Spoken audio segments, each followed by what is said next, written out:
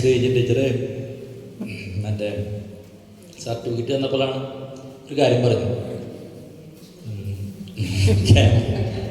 Camp ഡയറക്ടറെ നമ്മൾ ക്യാമ്പുകളിലേക്കും അതുപോലെ തന്നെ പരിപാടികൾക്കും കൊണ്ടുപോകുന്ന ഒരു പണിയാണ് ഞാൻ ചെയ്യുന്നത്.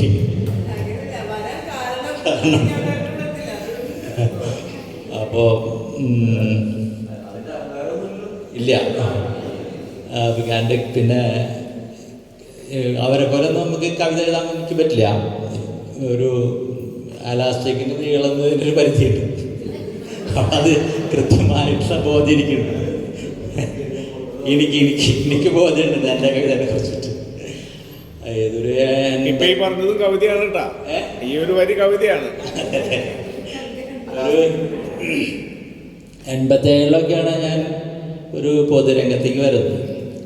അത് അന്ന് ജാഥകളിൽ പാട്ട് പാടുന്ന ഒരാൾ എന്ന രീതിയിൽ ആണ്. പിന്നീട് ആ ഒരു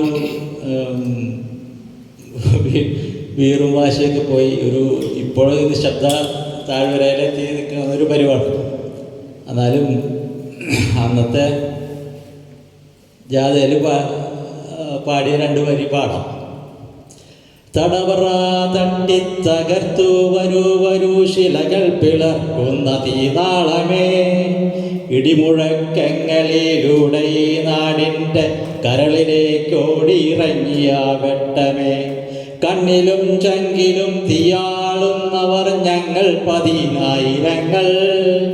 ഇന്ത്യ പുതുക്കി പണിയുവാൻ വന്നവർ ഇൻക്വിലാബിൻ മക്കൾ ഞങ്ങൾ.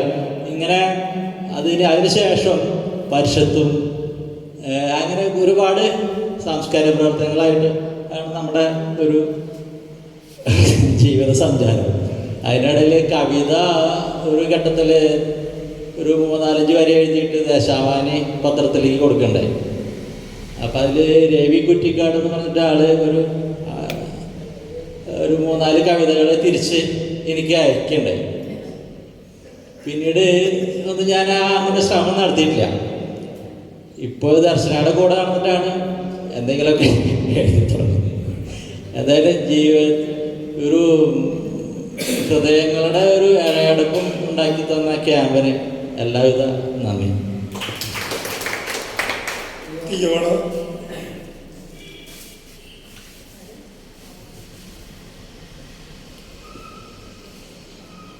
എന്താ പറയുക, എനിക്ക് വേറെ